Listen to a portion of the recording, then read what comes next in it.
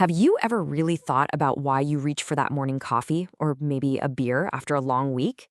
So often, we're just trying to change how we feel, right? We're looking for a little shortcut to a different state of mind. Today, we're going to pull back the curtain and look at how that chemical transaction actually works inside our brains. I mean, seriously, who hasn't? Wished you could just instantly feel more focused or more relaxed, maybe more confident. Well, a lot of common substances, they basically promise to do just that. They offer a chemical shortcut, a way to get a desired feeling on demand. But, as we're about to see, that promise, it always comes with a price tag.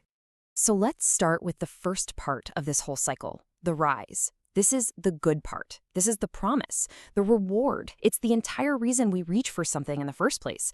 It's that immediate and often perfect feeling. And to understand this, we don't need to look any further than our own kitchens. Let's begin with the one thing that billions of us use every single day to get going. Yep, good old caffeine. So how does that morning coffee actually wake you up? Well, it's a bit of a trick. It works by blocking a chemical in your brain called adenosine. That's the stuff that builds up and tells you you're getting tired. So caffeine doesn't really give you energy. It just puts a blindfold on your brain so you can't feel how tired you are. And the result? It's that sharp, focused feeling. It's not a crazy high. It's a sense of perceived control. It really is like confidence in a cup.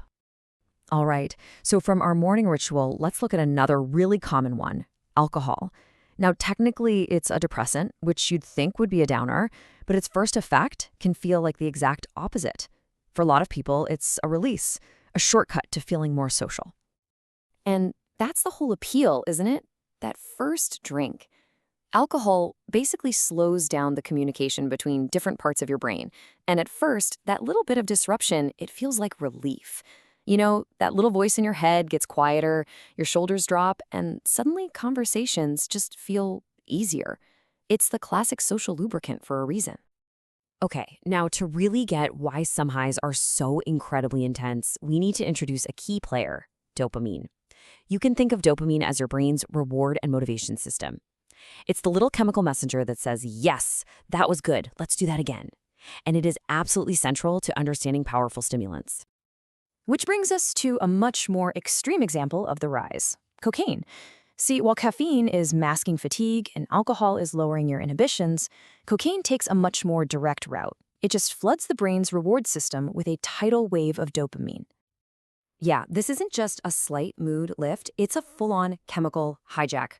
What cocaine does is it actually blocks your brain's vacuum cleaners from sucking the dopamine back up, so it just stays there, washing over your synapses.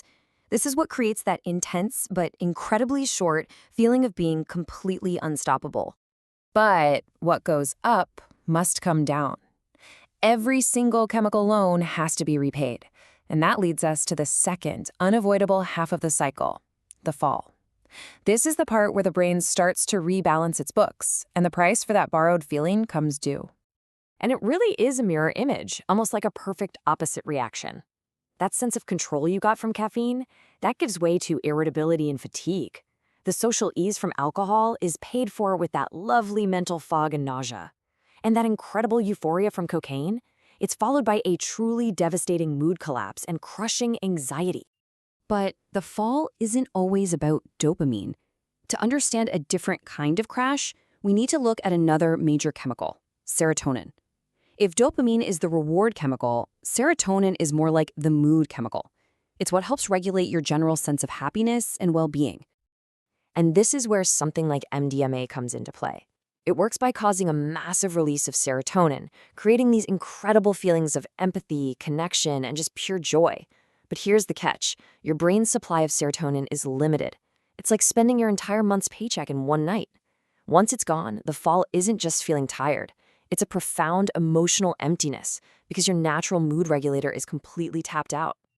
And sometimes the fall is so much more than just a bad mood or a hangover. For some of the most powerful substances out there, the come down is a physically and psychologically agonizing experience that we call withdrawal. Just look at opioids. They offer this profound relief from pain and stress, a deep, blissful calm that's hard to even describe. But the withdrawal is the exact brutal opposite. The brain, having gotten used to the drug, literally screams for it. The fall becomes so unbearable that the only motivation left is to use again, just to make the pain stop. And that unbearable fall, that's exactly how the cycle becomes a trap. The entire motivation flips. Suddenly, it's not about chasing the high of the rise anymore. It's all about escaping the pain of the fall. And that right there is the core engine of dependence. 7 seconds. Just think about that for a moment. That's how fast nicotine from a cigarette hits the brain and delivers its little dopamine reward. That incredible speed is what makes its loop so powerful and so hard to break. And this right here, this quote gets to the very heart of the addiction cycle. A person isn't smoking to feel good. They're smoking to temporarily stop feeling bad. Each puff isn't actually creating a feeling of peace. It's just hitting pause on the discomfort and craving that the last one created. That's the loop. And you can see the same loop playing out on different timetables. With caffeine, eventually that morning coffee stops giving you a real boost and it just gets you back to feeling normal, back to your baseline. With nicotine, that whole cycle is way faster and way more intense. It's just a constant, frantic pattern of withdrawal and very brief relief. So we have this powerful model of the rise, the fall, and the loop. But it's really important to know that not all substances fit neatly into this pattern. Some chemicals, they interact with our brains in a totally different way. They don't offer a loan of happiness. They change the very lens through which we see reality. Psychedelics like LSD and psilocybin are the perfect example. They work on serotonin receptors too, but instead of just dumping it all out, they kind of scramble the communication pathways. They radically change your perception, your thought patterns, your sense of self. And they aren't considered physically addictive because they just don't create that powerful reward and craving loop. The experience is often way too intense and unpredictable to be a simple feel-good button. So instead of offering a loan, they open a door. So after looking at the rise, the fall, and the loop, and even the exceptions, we come all the way back to our central idea, the brain's chemical loan. And this really is the key takeaway from all of this. No substance creates feelings out of thin air. It is hijacking or blocking or just draining your brain's own natural chemistry. It's borrowing your future happiness for a feeling right now. And that loan, it almost always has to be paid back, and usually with some pretty punishing interest.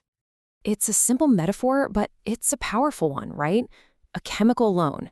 And it forces us to ask a really important question. When we take out one of these loans on our own brain chemistry, who's the one that ultimately has to pay it back? Now, this explainer is for educational purposes only. If you or someone you know is struggling with substance use, please seek professional help. You can contact the SAMHSA National Helpline at 1-800-662-4357. It's free, it's confidential, and it's available 24/7.